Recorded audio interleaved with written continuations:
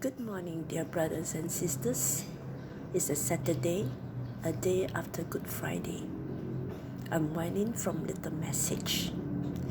Yesterday was Good Friday, and I shared about God's strength, a strength that we all need, because this strength will help us to face challenges with better confidence. Brothers and sisters, do you notice that each day, at any one time of the day on TV, there's a square box on the top left-hand corner showing the result of the coronavirus. At the top of the list is the number of people recovering, and the number of deaths is at the last column. On FB, Facebook, WhatsApp messages, news reading, they all announce the recovery stage, and the tone of the person reading it projects positivity. This definitely gives us assurance that there is nothing to fear, nothing to worry, as long as we follow the orders of the MCO. Stay at home, practice social distancing. When you go out, wear your mask, wash your hands with sanitizer, change your clothes, wash them often, drink lots of warm water, and etc. This has become a norm of life now. We are all so aware of what we need to do. Right? Yes. Yesterday at 4 p.m., our Prime Minister, Yang Amat Berhormat Tan Sri Muhyiddin Yassin, announced that the MCO will be extended to 28 April 2020. People's reaction varied. Some are frustrated, some are worried, some are happy. And then I even received a WhatsApp message animated gif of two minions. The teacher laughing in glee and the parent all sour face. It was so cute. Well, if everything is as fine as they want us to believe, I have my doubts, because I still read about people dying, and even young ones are succumbing to it. The latest was a 23-year-old girl. Yes, she has health issues, but that is besides the point. And then every other day, police in cars and helicopters still patrol the area. Police set up roadblocks, and even doctors and nurses are still working round the clock. And why is there the limit in distance? People are beginning to be restless. Yes. And become uncooperative as a result. Many homeless are still homeless despite the generous help of the community. Many poor families remain hungry, and many wage earners sit in their corner, staring out into the darkness of a bleak future. Is everything okay? But in the midst of all this chaos, dear brothers and sisters, I see a tiny ray of hope peeking through. When I stand on my balcony in the early hours of the morning, enjoying the quietness before people start coming out to work, I look at the sky, so dark, so peaceful, and the lights of the stars are still peeking through. I feel a deep sense of peace. And slowly, the first sun rays break through, illuminating the entire sky area. From a far-off horizon, I see birds flying out to begin the happy day.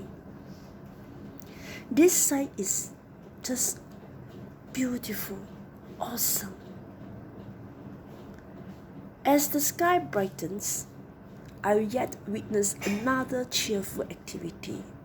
In my backyard, the grasses are not cut because the gardener cannot make his way here. I see a group of sparrows chirping happily, flying among the tall grass. So happy. It is a sight so heartwarming. Yes, my backyard is not well kept, but to the birds, this is playground and this is joy. Earth is quiet,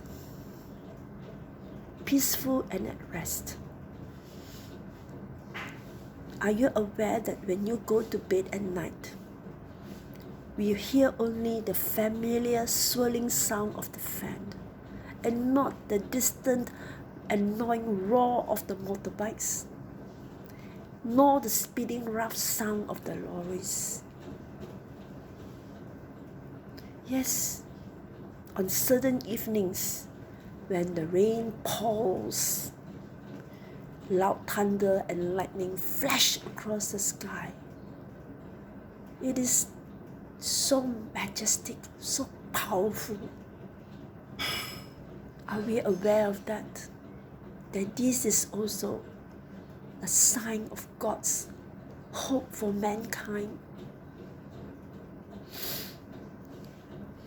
Families gather together for the first time, not just on festival days like the Chinese, not on the night before Chinese New Year for a reunion dinner. Now every other day is a reunion dinner. Families gather to enjoy special cooked food. Laughter is heard, jokes are shared, and there is room for forgiveness. Just the other day, a girl took a picture of Mount Himalaya and she shared it on Facebook. So many people reacted and wondered in awe. You know why? Because for 30 years, no one actually saw the beauty of Mount Himalaya. That day, she saw the beauty of the majestic mountain and she shared it on Facebook. On dark nights, from a tall building, our eyes will be able to catch sight of the many twinkling lights of a tall building on the opposite side. It's so magical, like a fairyland. You just look up. It's so beautiful. Someone just shared again on Facebook the breathtaking view of the dirtiest river in Malaysia, Klang River. Clear water runs through the riverbed in swiftness and I presume in merriment. No longer does Klang River need to huff and puff to carry the heavy load of irresponsible mankind. Yes, she now flows swiftly and in clearness. The water was sparkling clean. I'm sure the tiny little brooks too will giggle with glee. As we sit at home obeying orders and in fear, Earth takes a breather, dear brothers and sisters. We allow Earth to heal. And when Earth heals, we have a better place to live in. Fresher air, cleaner water, and plants can grow healthier.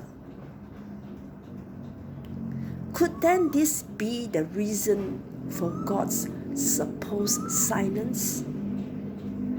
But this supposed silence shows us there is hope.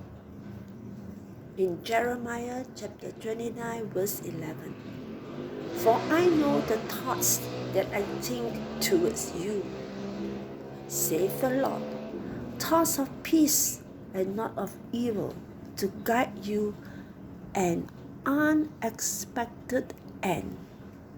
I love this last phrase. An unexpected end. It's a surprise God has for us. To me, it is God's promise of hope. In such times of great tribulations, a ray of hope shines forth for us.